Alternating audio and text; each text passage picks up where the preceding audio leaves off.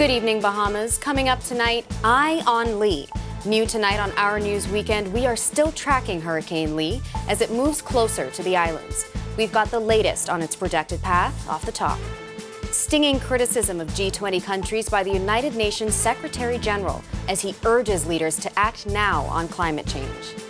And later, the heroic story of lifeguards who were honored after their quick action saved lives. Our News Weekend starts right now.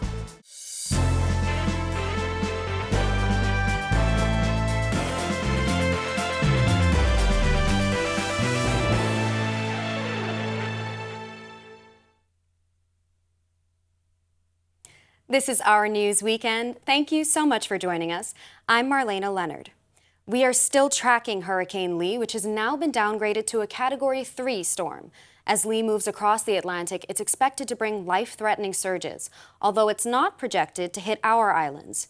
Joining us now with the latest is the newest member of the Our News Weekend team, meteorologist Ian McKenzie. Ian, we've had you on filling in for Greg Thompson, but now it's official, so welcome to the Weekend team. Thank you. It's a pleasure to be here. And it's your first weekend, but already you're here and we're tracking this huge storm. What can you tell us about Lee? Okay, well, Marlena, we have Lee out here 5 p.m. Lee was just to the northeast of the Leeward Islands. It's generating some swells across that area. We expect Lee to continue moving towards the west-northwest around 10 miles per hour. And with that, it should be placed just to the east of the southeast Bahamas late night into early thereabouts Monday, and that should start to generate some swells across that area. Now, as we can see from the track, Lee is expected to continue moving towards the west-northwest, and as we said earlier, Lee has now been downgraded to Category 3. But don't worry about that being downgraded. It's still a major and powerful hurricane. We expect Lee to continue moving west-northwest and then eventually take a turn towards the north, and that would be courtesy of a cold front that is expected to dip just south of the eastern seaboard, and with that dip, it should pull Lee towards the north. Current conditions outside our studio, we are under mostly clear skies, 84 degrees, winds out of south-southeast at 12 miles per hour with a feels like temperature of 92. Now, thank you for that. And, back to Lee for a second. I know we're expecting it to kind of take that eastern and northern turn, which we're all hoping for. But I can't help but remember the stories my dad would tell me about Hurricane Betsy in 1965 that kind of did that, but looped back in. Do you think it's a bit early for people to be completely disregarding Hurricane Lee? Well, we're asking residents across the length and breadth of the Bahamas, as well as the Turks and Caicos, to continue to monitor it. Now, hurricane track has been much improved since 1965, okay? So thank goodness for that. So in terms of that, we still want you to monitor it because anything can happen. The atmosphere can change and weather is constantly evolving. And the passage of Lee itself is just too close. The forecast track is just too close for comfort. So we want residents to continue to pay attention to the storm until it take its north turn and then out of our area completely. Right. And then even when Lee's out of our area, we've got Tropical Storm Margot kind of coming up right behind it. What can you tell us about Margot? Well, Margot is just spinning out there. We expect Margot to be more or less a fish storm. We don't anticipate any events from that, be it in the form of marine or any type of activity. So we expect it to take a turn towards the north, be out of our area, and that'll be it for that storm pretty soon. So we expect that over the next 2 to 3 days. Awesome. Let's hope for that. And now, finally, we had quite a bit of a rainy day today. Do you think we can expect the same tomorrow, or maybe we can get a little bit of a beach day Sunday? Well, Marlena, we had a trough across the area. That trough stayed around for about 3 to 5 days. It moved from the southeast Bahamas, then into the central areas, and then eventually across New Providence in the northwest Bahamas. And what it did, it fired up some showers and thunderstorm activity, but we do expect it to weaken throughout the course of the night. So while you may be able to go to the beach tomorrow, we are asking you to remain on shore and out of the waters. Awesome. Thank you so much, Ian. You're welcome. We'll have more of our weather coming up in the extended forecast tonight. And welcome again to the Weekend team. It's great to be here. Meanwhile, the G20 Climate Change Summit happening in Delhi, India this weekend. UN Secretary General Antonio Guterres on Friday urged the 20 top economic powers, which are responsible for more than 80% of the emissions that cause global warming, to use the summit to send a strong message on climate change. Guterres said all licensing or funding for new fossil fuel projects should be stopped and that the G20 must keep the 1.5-degree goal alive, referring to the 2015 Paris Climate Agreement that set 1.5 degrees Celsius as a global guardrail in atmospheric warming. Earlier this year, the UN Weather Agency had said that there's a 2 out of 3 chance the world will temporarily hit a key warming limit within the next 5 years. The climate crisis is spiraling out of control. But G20 countries are in control. Together, G20 countries are responsible for 80% of global emissions. Half measures will not prevent full climate breakdown.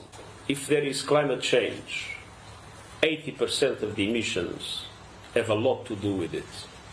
And 80% of the emissions come from G20 countries. So G20 countries must assume leadership. The United Nations is partnering with the Bahamas Development Bank to discuss ways to achieve 17 Sustainable Development Goals for the Bahamas. The forum brought together stakeholders from different sectors to give their input on the way forward. Every agency and organization that is here today has answered the call for collaboration of the Sustainable Development Goals. The theme, from words to action, fashioning a sustainable future, is not just a rallying cry, but an urgent reminder that our words must now manifest into meaningful, impactful action. Those 17 Sustainable Development Goals are a part of the United Nations 2030 Agenda. Prime Minister Philip Davis, who was also a part of the forum, said the Bahamas has taken action by way of legislation and policies to achieve the goal. But he says the country's susceptibility to climate change makes it hard. A large percentage of our national debt can be attributed directly to the impact of storms over the past decade. Global intervention is needed to break the cycle of ruin and repair faced by many countries. I will continue to advocate on the global stage for real action to be taken on climate change. It is a barrier to progress that threatens to destabilize countless millions of people. Insufficient airlift and dissatisfactory airport facilities, major concerns for many family islanders.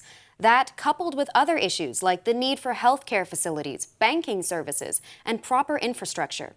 You may recall during our News' visit to Long Island last week, the island's chief counselor Ian Knowles called it a nightmare, expressing the island's desperate need for proper roads, particularly in the north.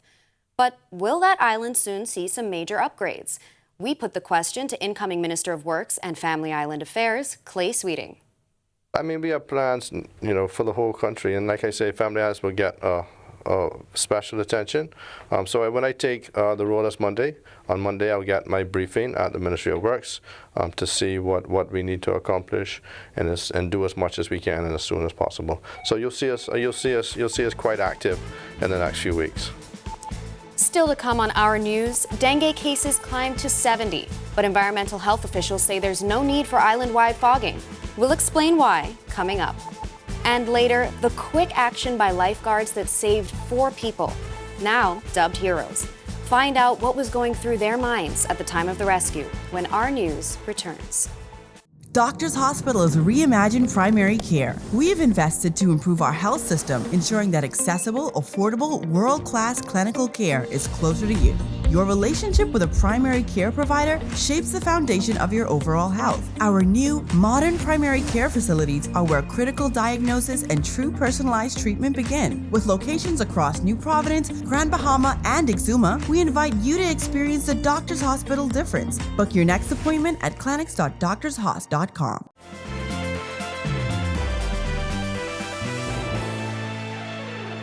We are following that powerful 6.8 magnitude earthquake in Morocco late Friday that has killed more than 1,000 people and injured hundreds more. It's said to be the country's deadliest in more than 6 decades. The earthquake toppling houses in remote mountain villages where rescuers dug through rubble for survivors. Bahamas Ambassador-designate to Morocco, His Excellency William Wong, sending condolences to the people of Morocco on behalf of the government and Bahamians. This street camera footage in Marrakesh showed the moment the earth began to shake as men suddenly looked around and jumped up. Others ran for shelter and into an alleyway and then fled as dust and debris tumbled around them. The room started shaking. There's no other way. We was going backwards and forwards and everything started moving and pictures started moving, and so we just grabbed some clothes and our bags and we raced out. Lauren, one of the other people on the tour, came running, screaming to tell us, intrepid people. So we all our group just came and we came out here and just hung around with everyone, with the locals. Ambassador Wong writing, "Our prayers are with the families of victims of this tragic event." And a 33-year-old man is dead tonight in what police are calling a traffic fatality on Grand Bahama. Police say around 5 o'clock this morning, the Holmes Rock resident was found lifeless in the middle of the street after the driver of a black 2008 Nissan Fuga driving west of the area rolled over an unidentified object. Police say the driver eventually stopped and discovered the body of a lifeless male with injuries. The local doctor pronounced him dead on the scene. Investigations are still ongoing. And health officials warning you should still be alert for dengue as cases jumped this week from 52 to 66, then 70 as of Friday. It sparked calls from residents for fogging. But the Department of Environmental Health Services says there's no need for fogging island-wide. Assistant Director Luther Ferguson telling Our News target areas are those with reported cases and not the entire island. For the most part, when it comes during the rainy season, we would conduct island-wide fogging. At that point, because there's the transmission of vector-borne disease, that's more for a nuisance mosquito. It's really nuisance fogging. But given the fact that we have transmission now, we have dengue, we actually have a disease going on. We're trying to focus our effort and resources in terms of bringing that under control. Ferguson encouraging residents to lower their risk of dengue by keeping their surroundings clean and getting rid of any materials in their yard which may hold water to attract the mosquitoes. He says for now, we're in a relatively dry period. With the dry period and our efforts in terms of around the cases, we don't see the need to conduct island-wide fogging. However, if we find this increase in rainfall, which usually follows an increase in mosquito activity, then we would begin an island-wide fogging. But right now, our focus, our efforts is really on bringing the dengue under control. So the focus is really around those cases. Earlier this week, we showed you the award ceremony for Paradise Island lifeguards who saved lives last weekend. And tonight, we hear first-hand accounts of what happened on the beach that day.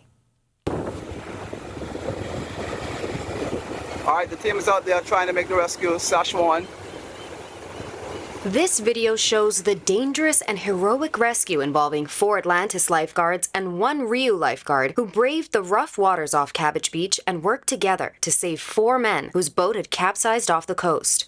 26-year-old Sichuan Armbrister has a background in competitive swimming and was the only lifeguard who made it all the way out to the men near the buoy line. And as fate would have it, he almost wasn't there. That day, I was about to clock out.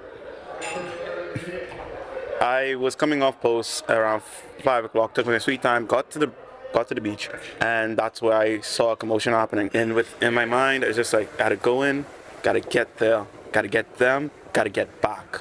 That was just going through my head. I braved the waves, I collected them, and one of the guys said, just take him and come back for me. In my mind, I could not do this again, especially in these waters. I told them, have faith in me, grab the tool, I'm going to take you both back. But the swim back proved to be even more difficult. Because of the waves was actually bombarding me, I was rolling over, but I still fought.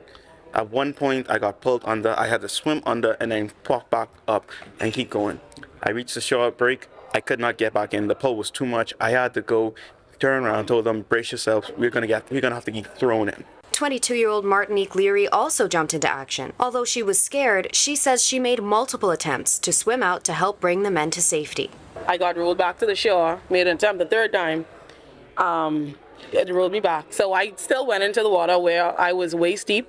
And by the time he was on top of the wave, had pulled him on top of the wave. And I said to myself, oh God, what am I going to do? He was screaming help at that point, and I said, Lord, when the wave come in, please bring him in. And that's what I said. So what was I initiated was done. Yeah, so he was to the shore. I was able to toss my rescue tube out to him, and he was able to grab. By the time as I looked up, that's where Travis came in, and he assisted me with pulling him in. Rio lifeguard Travis Sands says he's just grateful the story had a happy ending. And it isn't easy bringing someone in that type of weather, but we made it through God's grace. I was just happy that everybody came out safe and was able to go back home to their families. Yes. In a situation like that, we have to act fast, and the only thing we can rely on is our skills and blocking the prayer. When our news comes back from the break, a day in the life of a REV technician. Our Joshua Williams takes us along for the ride for a behind-the-scenes look. And later, if you're looking for a lap of luxury, then you don't want to miss the close-up of Cape Santa Maria on Long Island. The details when our news returns.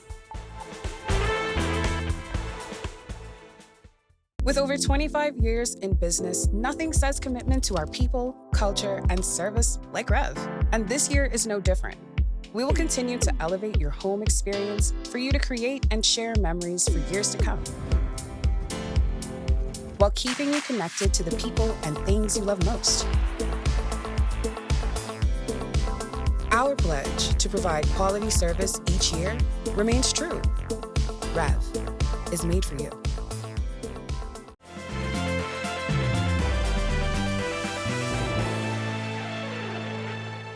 This is Our News. Welcome back. Alive continuing to set the standard when it comes to technology and speed, recently winning the Ookla Award for having the best gaming experience in the country. During a special awards ceremony, the company's CEO was challenged to partner with stakeholders in making gaming a top activity in the country. Our Megan Shepard has our CEO's response. Acting Director in the Department of Information and Communication Technology, Charlene Lang, congratulating Alive for the International Ookla Award for having the best gaming experience in the country. She says that this award proves that Alive's infrastructure and services are the highest quality. We would like to also state that on this government's agenda, there is a component for a potential gaming hub to be established in Grand Bahama.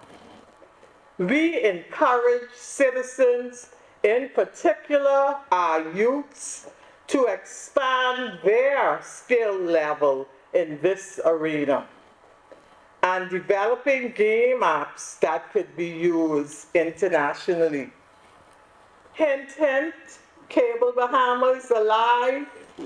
We encourage you to use this prestigious gaming award to come on board, help us build out this agenda item. She also made this suggestion. Maybe we can start by hosting an esports tournament for gamers, developers in Grand Bahama, bringing the world to us. And while the award is a testament to Alive's world-class gaming experience, State Minister for Education, Zane Lightbourne, lobbying for the use of technology as a meaningful tool for learning. The former educator says he's watched the classroom evolve over the past 2 decades and the important role it plays. Having an option or having a company that can give reliable internet service for those things to happen, it not only enhances the lives of myself but other people around us, our future, our country, because the potential young people, you never know where their path will take them. And I understand that we must always do what children like to do. If it's safe, they can learn from it, try to enhance it, see how far it takes them, because not only is a foundation for possibly other things, but it develops right there an interest in learning and moving forward. Cable Bahamas Group of Companies CEO Franklin Butler says Alive is up to the challenge. We've invested $65 million into our fiber network. Our whole commitment over the next 2 or 3 years is about making sure we improve connectivity throughout the Bahamas. And we now have communities in New Providence that now have gig speeds. And people are excited and celebrating, just the improvement in dependability, reliability to be able to do things they want to do. And as a part of our continuing education, we're going to continue to invite gaming executives from, in the US and otherwise to come and, impact our kids and to continue to develop esports. And so you see the esports federations here with us today. And so as a company, we're committed to making sure that we can do our absolute best to make sure that consumers can do whatever they want to do on the internet. That's obviously within the right guidelines. Reporting for Our News, I'm Megan Shepard. Have you ever wondered about what it takes to be a Cable Bahamas technician? Well, our Joshua Williams spent a day with one of the vets and has this behind-the-scenes glimpse into what a typical day looks like. Hello, good morning. This is Rev, Cable Bahamas calling, trying to get in contact with Collie. If you're a Cable Bahamas customer, chances are you've had to interact with a technician. I got a chance to ride along with veteran Rev technician Herman Roll. At 8 a.m., Herman and I took to the streets to serve our first customer. He describes what goes into a typical day. Could be as simple as a customer just needing assistance with changing a channel on a TV for the input, or big as a problem with the area or her line or body equipment. So it just depends on whatever I encounter. For Herman, having the right equipment at all times is key. Do I like to prepare for whatever encounter I might have, so that I don't have to come back and forth to my bus all the time. And I also take a power cord, just in case their power cord bad. And this is how I prepare. Nice. Ready. With tools in hand, the morning was spent traveling from home to home, completing tasks, changing cable connections, setting up modems, replacing set-top boxes, and even climbing into manholes. Herman showed me how to conduct a simple signal test. What this meter does is it gives me the information I need to solve any problem the customer is having in terms of high signal level or low signal level. As I can see here, the customer has very low signal level, which is, it's saying negative 30 and negative 8. This isn't supposed to be that low. That's too low. So we're gonna try to figure out what's causing it to give this low signal. It's these low signals that can often lead a technician to change a cable box. Herman gave me a chance to do just that.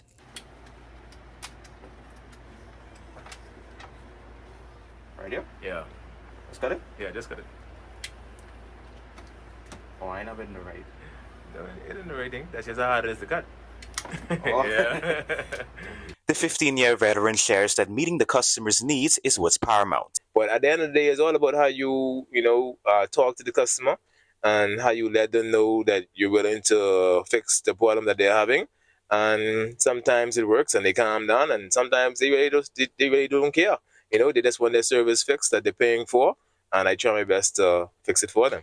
Those of you at home that have internet, cable, or telephone issues can contact Cable Bahamas at 601-2200 so that you can experience the Rev experience. Reporting for Our News, I'm Joshua Williams. Thanks for that, Josh. We are winding down in Our News this weekend, but when we come back, meteorologist Ian McKenzie is back in the Weather Center with your extended forecast. And you don't want to miss an up-close look at Cape Santa Maria on Long Island. If you're a fan of the outdoors, we'll explain why the resort may be the best choice for your next vacation. Our News Weekend is back right after this. With over 25 years in business, nothing says commitment to our people, culture, and service like Rev. And this year is no different. We will continue to elevate your home experience for you to create and share memories for years to come, while keeping you connected to the people and things you love most. Our pledge to provide quality service each year remains true. Rev is made for you.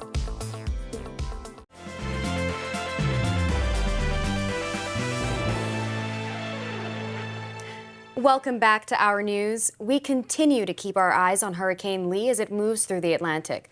Officials warning residents to take this storm threat seriously. Joining us again with your extended weather forecast is meteorologist Ian McKenzie. Ian? Thanks, Marlena. I really enjoyed that story you did about the lifeguards, and that was something that people really want to heed to this upcoming week as we expect those swells and hazardous beaching and boating conditions courtesy of Bad Boy Lee, who's still out there. A major, powerful storm expected to move towards the northwest and eventually towards the north and out of our area, hopefully by the end of the week. Taking a look at current temperatures outside our studio right now.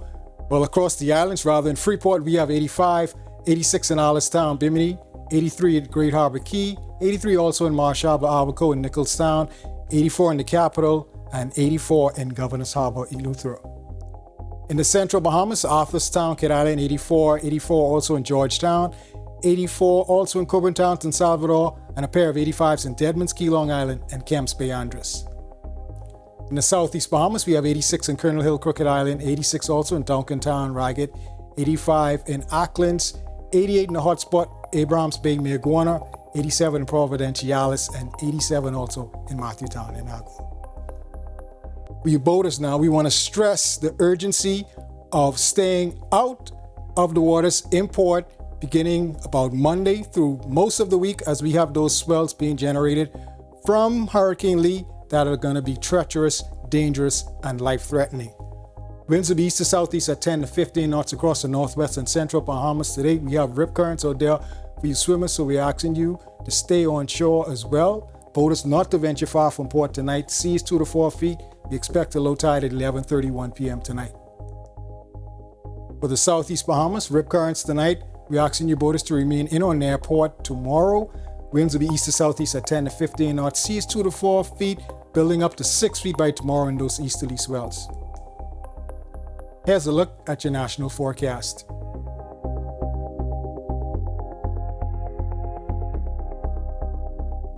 And in your extended forecast, now the beautiful thing about having a powerful hurricane like Lee that's moving just to the east of you, you have beautiful conditions. What happens is Hurricane Lee absorbs all the moisture in the area, and what it does, gives us stable, sunny weather all through next week. We're looking at highs in the low 90s with our lows in the upper 70s to low 80s. Marlena? All right, thanks so much for that, Ian, and welcome again to the weekend team. It's great to be here. Awesome. And finally tonight, located in the gorgeous Galliot Key area of northern Long Island, Cape Santa Maria boasts beachside bungalows and villas. General Manager Greg Vogt compares it to luxury camping. The views, the nature.